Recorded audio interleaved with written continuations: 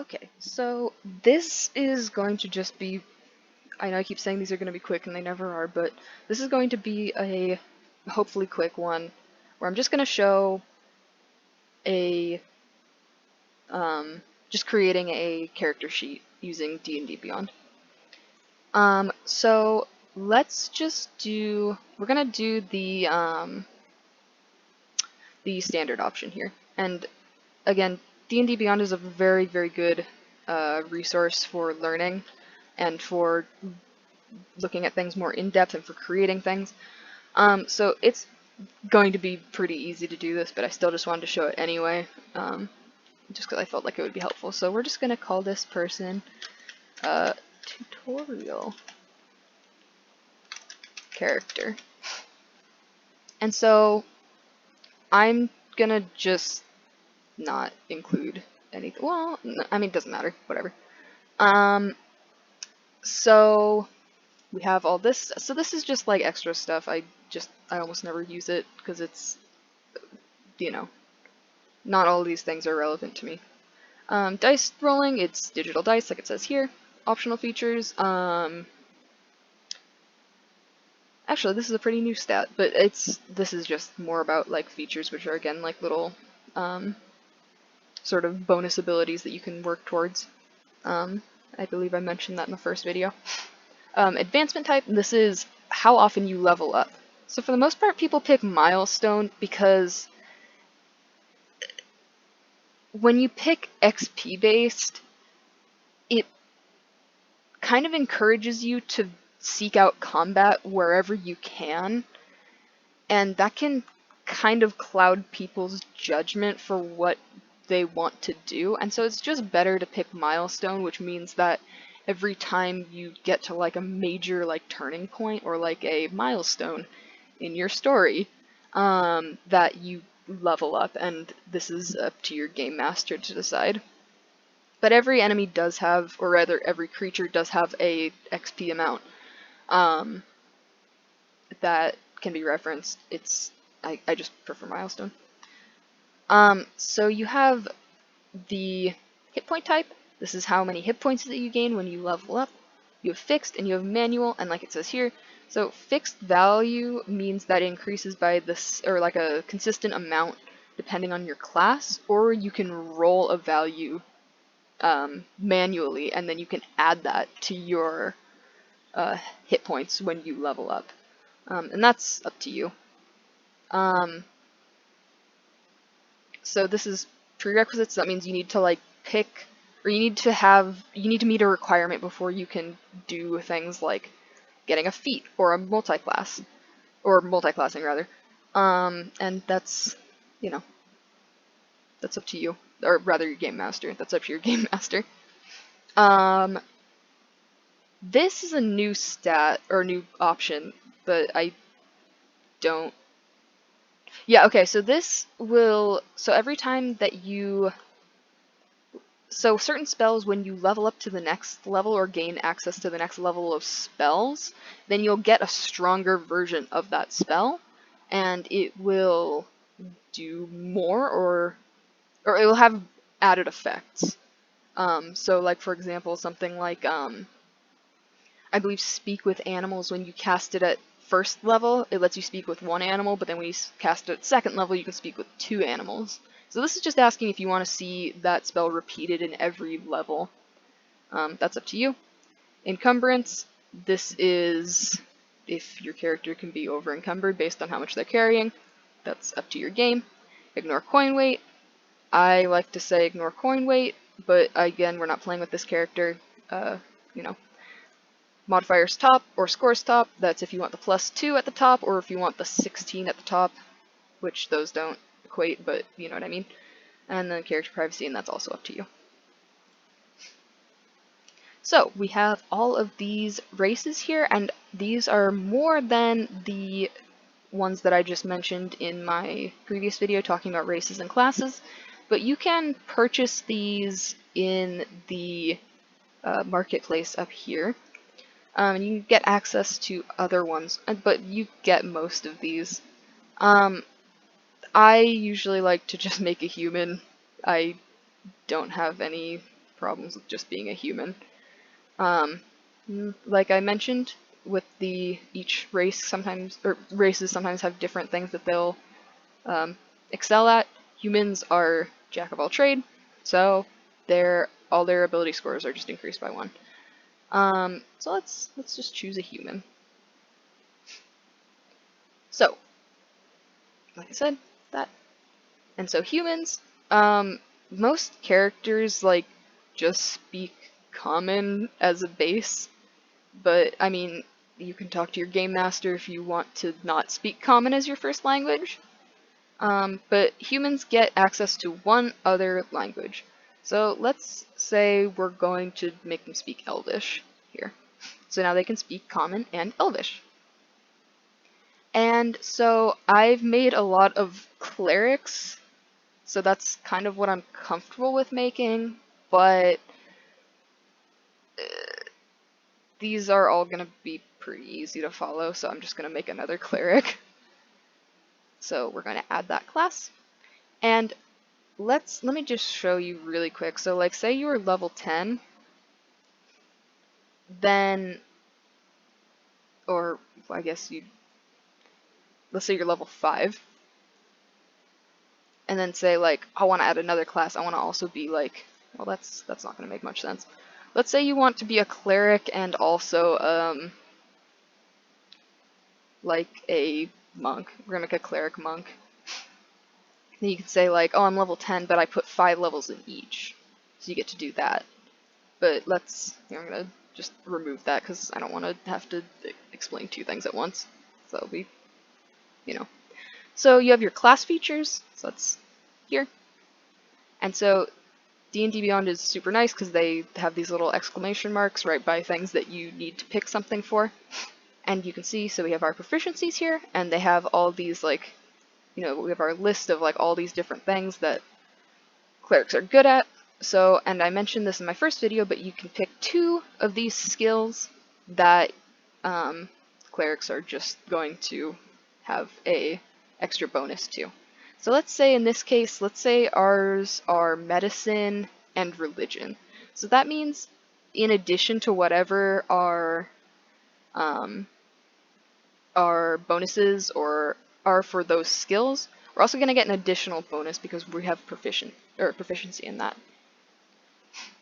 Next, we're going to pick our domain, and I think I have all the cleric domains just because I like them so much. And you can, do whatever you want, like I have been emphasizing. But life domain is going to be like the most healing based.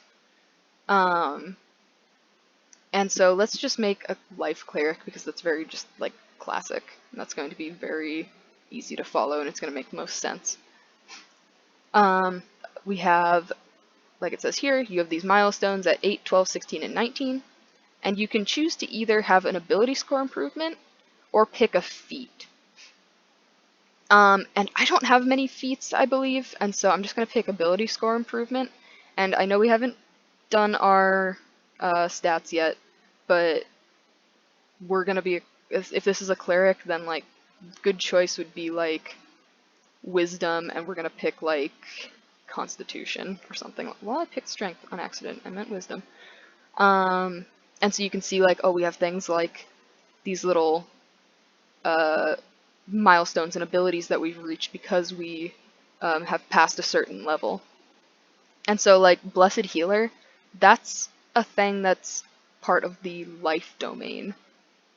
So if I was a different domain, then I would probably get a different one, but this one's specific to the life domain. And then we have again, so we reached 8 level because we're level 12, and so we get another ability score improvement. And I usually do this, I just do another constitution and wisdom, but if you're like, oh actually, like for the past 7 levels I've been, really struggling at like, I wish I could go earlier in combat, or like, I keep falling off of things, then you can be like, oh, I'm gonna pick dexterity or whatever, or like someone keeps pushing me around, I wish I was better at like, pushing and throwing and running, you can say like strength instead. And so we've picked all of our things for the class features. And so clerics are interesting, and I don't want to make this just a cleric tutorial, because I would happily do that, and I don't want this to just be about clerics. But clerics, when they take a long rest, they can switch out their spells. Other classes can't do that. So I typically just pick the spells that I want when I'm actually in my character sheet, because it's not gonna matter in 12 hours. So you know, I just whatever. But so these, yeah, you can see your known spells here. You can just like add these, and again, the number of spells that you can have is based on your level. And that is, yeah, gonna just keep changing. But then you also have your domain spells that are always going to be prepared regardless of how many slots you have available. And I will show that because this character is level 10, so they're going to end up having some domain spells already. So we have our score, our stat calculation method. And there are a few ways that you can do this. It's very easy on D&D Beyond, but if you're doing this manually, you can even do it by just rolling dice, and there are recommendations for how many dice you should roll, but basically you're just going to want to end up with 6 numbers and below 20, and you're going to just assign these to all 6 of the skills. But I think it's really nice to have this D&D Beyond way, because if you are doing it manually, there are cases where you can end up rolling a die more than 60 times. I think I had to, for my first character sheet, I think I had to roll the dice like 50 times. I typically go with, let's do a standard array actually, that's going to be a lot easier. So they automatically just pick these values for us. So depending on what your class is, you're going to want to put your stats in certain places. So again, this is for a cleric. So we're going to put our highest number into wisdom, because that's our spellcasting modifier. So we want the highest number possible for wisdom. And you don't have to do that, but like, if you're not going to be picking based on your class, then you probably are going to want that to be like for a character reason. That's the only reason you should ever be not following that sort of guideline. And that's really the one thing that I would sort of say don't break this rule about. Again, it can be funny for people, it can be part of their character, but for the most part, I just highly recommend that you put these scores in the recommended places, or you're going to end up with a character that might not last as long. And I mean, don't get too precious with your characters, don't get too attached to them, because they can die at any moment and it might not be your fault. It might not be anyone's fault. But just, try to keep them alive. It's more fun that way, I think, because you get more attached to them. We're going to put our second highest score in Constitution. It's going to dictate our health. We're going to make a strong cleric. Let's put the strength there. We want them to also go, relatively close to the front in combat. So we're left with intelligence and charisma, and these are stats that it's not gonna matter that much for clerics. I have built clerics with really high charisma, but it's, again, not something that matters that much. Let's make their charisma 10 and their intelligence 8. So they're slightly below book smarts intelligence, but they're very wise. So we have our backgrounds, and these will mostly just dictate things like how you interact with NPCs, but they can they can change how you interact with your fellow players as well, and you can get certain benefits from this. So like one of the very well-known ones is Folk Hero, and so there's this background feature, Rustic Hospitality. So your Folk Hero, so if you go to somebody who's like a commoner, just like a normal civilian, they are like, if you, like it says here, unless you're a danger to them, then they're going to, for the most part, be just kind of awed by you, and they're going to be wanting to help you. They will not risk their lives for you, but they are going to be happy to help you, and sometimes you can get things for free, but, you know, it just depends. Yeah, let's go with, like, Acolyte for this. Because we're a cleric, and you can see here it's, you know, we have, like, if you're around people who follow your faith, then, like, they're going to try and support you, but only you. Your any temple that is to your faith, well,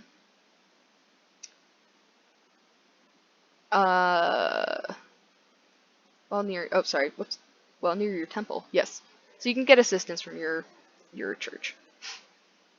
But yeah, so we're an acolyte, and like I believe I mentioned this, you can have more languages than just the two that they give you if you pick something like this. So we're an acolyte, and so we get to pick another skill. So let's pick perception. I don't know. And then we're gonna pick 2 more languages. So let's pick like abyssal and celestial. And so here you're going to pick your alignment, and you've probably heard a lot about alignment if you're interested in D&D. It's one of the more popular aspects of the game. And I believe if you select these, it will kind of give you a little description of it. But, and this would take a long time to describe, so I would recommend just finding a sort of something devoted to explaining that. Which the handbook does as well, but for the most part, lawful and chaotic are opposites, evil and good are opposites. Lawful is like being, it's like a specific moral code. Chaotic is just like, you know, nothing controls you. You're just like, it's just based on like feeling for the most part. And then you have evil, which is evil, and you have good, which is good. And so like lawful doesn't necessarily mean good. So like lawful evil can say, you know, it's like you're following the law, but you're using the laws to hurt people for your own gain. So it's like there's a lot. Like it's, you know. And there are recommended ones depending on your class or your race, but you know. So we're gonna pick, let's just be chaotic good for well, no, let's be neutral good. It doesn't matter, as usual. Faith, and your faith can be based on the pantheon of what Wizards of the Coast has available, or it can be really anything. I remember I had a friend who was really into Magic the Gathering, and so he just handed me his huge deck of cards, and I just picked a card from there to be like my deity of worship. But you can base it on the pagan gods from the real world, whatever you want. So like, let's say we are a cleric of Ithun, who is my favorite Norse god, who gives all the gods their immortality. So this lifestyle I don't see come into play a lot, but for the most part it's like kind of your standard of living. So I usually just pick modest, because it's like, I don't know, I just can't imagine picking much something different, because it really doesn't make that big of a difference. And then here with your not notes, characteristics. So with these, your dungeon D&D Beyond will suggest different things, but you know, you have your personality traits, your ideals, your bonds, and your flaws. So you can see like they have all these recommended here, but you can also just say like, so personality traits,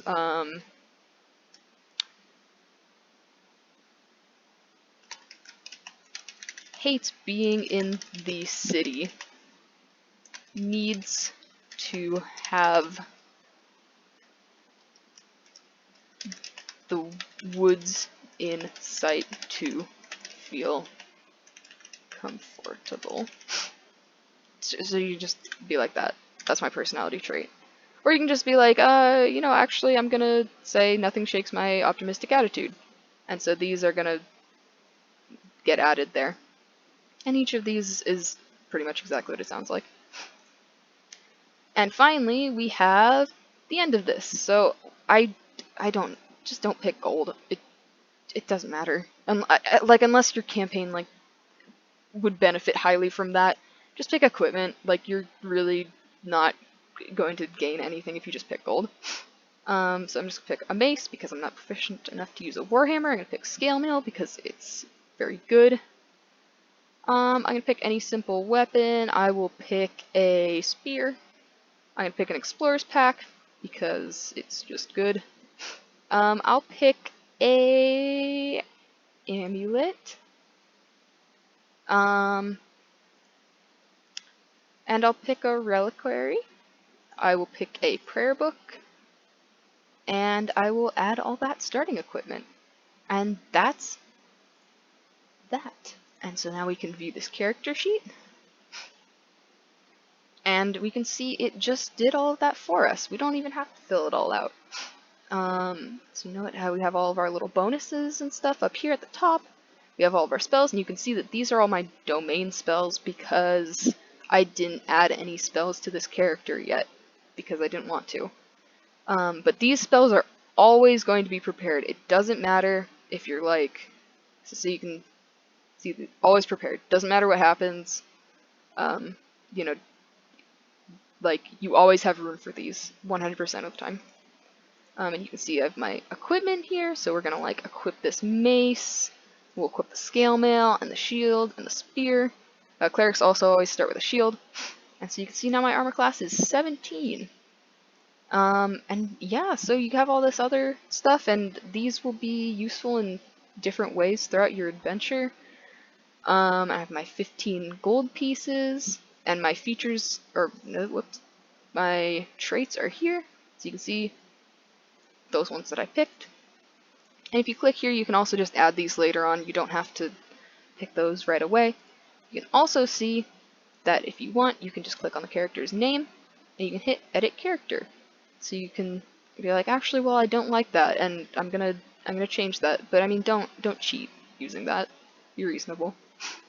But you can also hit Manage Levels.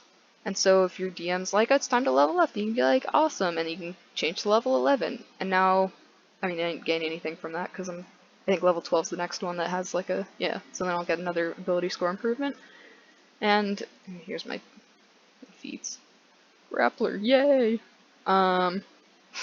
Yeah, so that's that. And you can see that my health increased as well.